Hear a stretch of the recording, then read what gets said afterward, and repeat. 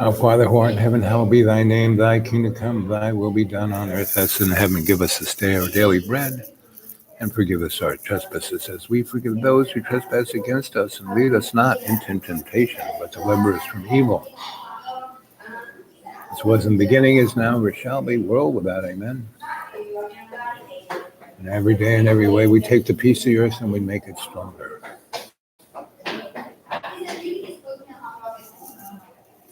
So just a little Thanksgiving. Say hi. And, being on the problem, life is problematic, however you slice it, right? And so I'm happy just to be here. And things can always be worse. I've been a lot of places where, I lived in Jamaica, in the islands, man. And I lived in a grill, man, back in the day, man, before they had a road or water or electricity, right? And Mrs. Brown owned everything. And there was no hedonism or sandals or the shopping center, right? But everyone was beautiful. They had beautiful colors coming out of the rainbow was coming out of their eyes. Everyone was so sweet. Them, right? And there was no blood clot, no Babylon. It was just Negril, man. Now, if you were to go Google Negril now, there are all these corporate, hedonistic, gated, faux paradises, right? Because in Jamaica, only Negril and Ocho Rios, where the rich people were, the English, back in the day, had a beach. The rest is a volcanic island. So I was there for almost there's a place, go Google this, Rick's, friend of mine who I shared, whose loft I bopped in. He was going to Jamaica, and he had known I had gone to Cooper Union and studied alternative energy, wind turbines and photovoltaic, and that was in 1966. I did that, right? We were doing stuff that was like, and back in the 2000 whatever, when New York City had its total blackout, or it might have been in the 90s, but one of those latter ones. That was undisclosed reason why they had a blackout. Oh, a squirrel ate a wire. No. Hopefully the grid has more redundancy than a squirrel eating the wire. Hey, Janie. Always good to see you, buddy. So my friend, we rediscovered the Dutch, they used to have the big sail windmills, right? Well, the real ones that they used for industry were like a barrel, about 12 feet high. They put them right where the heavy wind would come, across a field or off a mountain, right on the edge of a cliff of the ocean. And they would get a tremendous amount of torque. And there was a shaft that went straight down. There was no gearing or anything, right? So we did the same thing along 10th Street. We put all these things on all of Cooper Union's buildings, which they owned many of. And 10th Street kind of went diagonally from the east side to the west side. So anyway, we basically turned 20 of those brownstone houses into totally sustainable alternative energy. And we developed a digital meter that when, we would be generating more juice, it would give it back to the grid, right? And we did that for a good 5 years until Con Ed said, oh, we can, the Edison Institute said, no, we can't have this. And so they sued, Cooper Union, and Cooper Union had a lot of money. So today you are allowed to do that because of Cooper Union and moi and my buddy. But his father owned all of the neon signs on Times Square. And so he was able to stick these generators on the metal edifice of these neon signs. And so when New York City had a blackout, Times Square, all his signs, he owned like 80% of the neon bright lights of Broadway, and they were still going. So the guys from the space shuttle, the only thing, they saw all of New York City blackened out except for Times Square. And so within, that went kind of viral.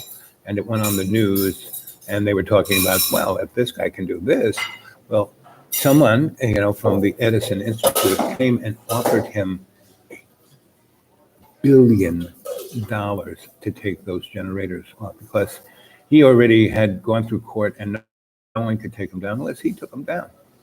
So they said, "You're going to offer me $1 billion? Not a problem." He still owns those signs. He rents them out to another company, and he is off on an island someplace. But he put in a good 40 years of trying to do the right thing all the friggin' time. And so when someone offered him $1 billion, he was very thankful to take it. He wasn't going to go. Bah. So anyway, because they probably would have shot him and his wife and his kids and grandchildren and the dog and everything, So that's what you have to be thankful about.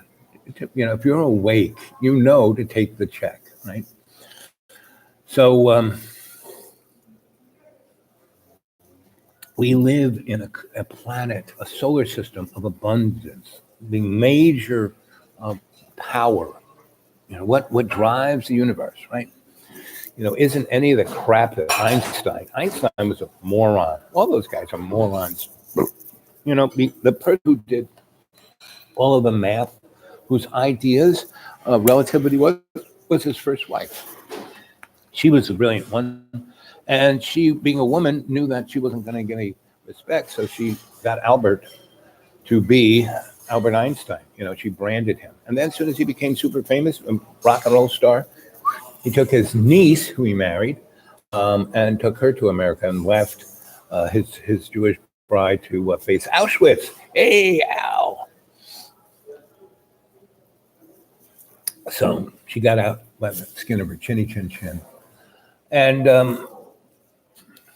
so that's kind of, so the universe is unconditional love, unconditional,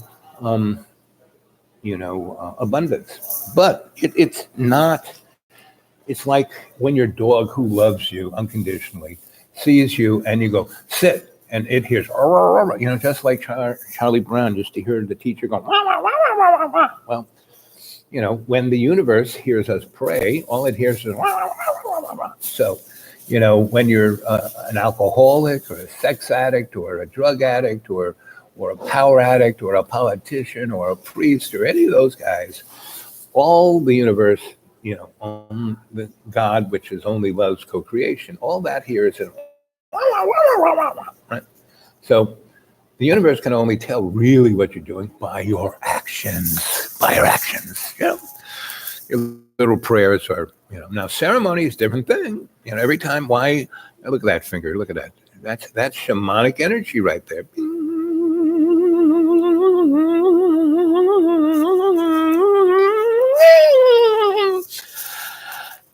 And, so here I am, your Sensei Al Bob. I'm the Bob.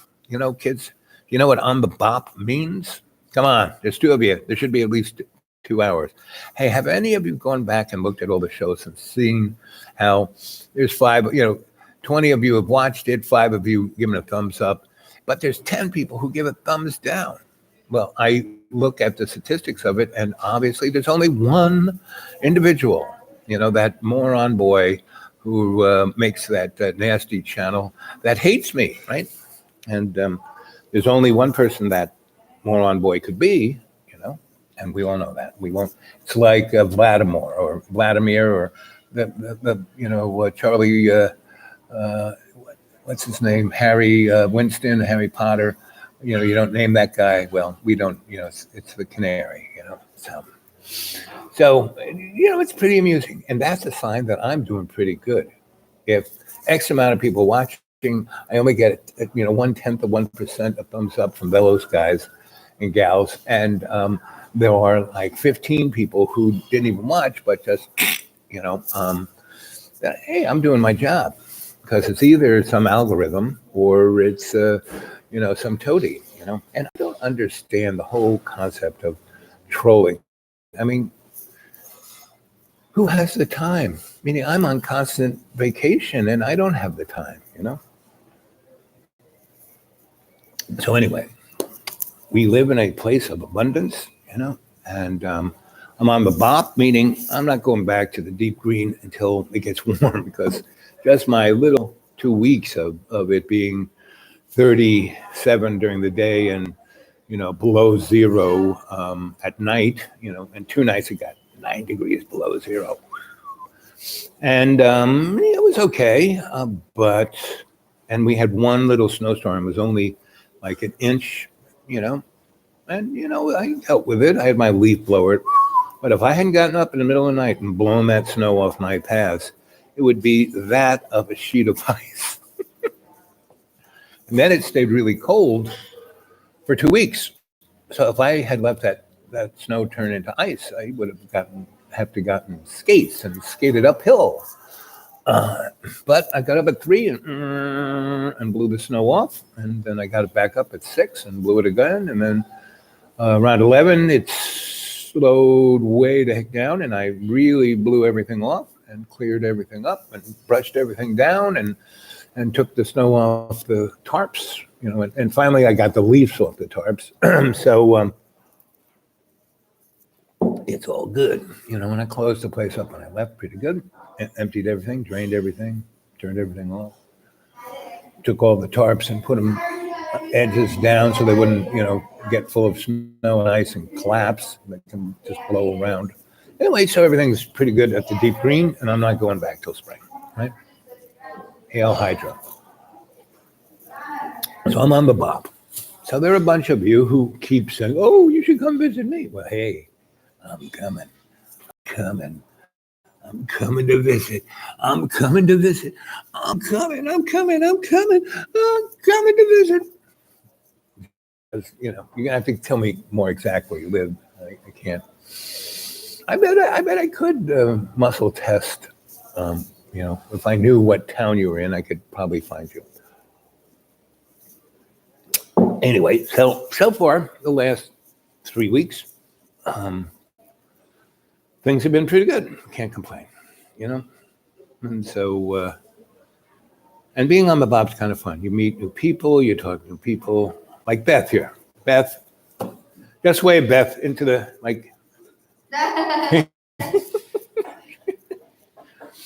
She's ready for the holidays, right, B? I'm ready. You're ready. Yeah. I'm always, Christmas for me is 24/7, 35 days. I mean, all year long. 365. There you go. Because I am Bob Claus, Santa's younger brother. Okay. Yep. I take care of the naughty and nice list. He's mine back there. That little guy's yours? Yeah. That little fireman? He is, yes. Oh. So who was the fireman in his life? His daddy, his grandpa? No, we don't actually know any. It just got in his mind to be a fireman. He's been all over the place. He said firefighter, he said teacher. So he just found. Well, you can be a firefighter and a teacher. Yeah. You can be both. Sure, that's true. I was a firefighter and a teacher. Okay, awesome. So you can do that. There is a sport called, it's a French word, barrage, where you bounce around things, like bounce off of roofs and hit different ledges and, right? You should get him to do that. He has that kind of energy. He is. He's wonderful. Because, he did a somersault across that booth there. I mean. He scares me. Yes, he's like, so he needs a little training. Yeah. You know what might be good for him? Tai Chi or Aikido or Jiu-Jitsu. Yeah. Any of those, because they're all disciplines, And yes, you get to fly through the air, but you have a sensei who is, disciplines you. Yeah. And he is self-disciplined. What sign when was he born?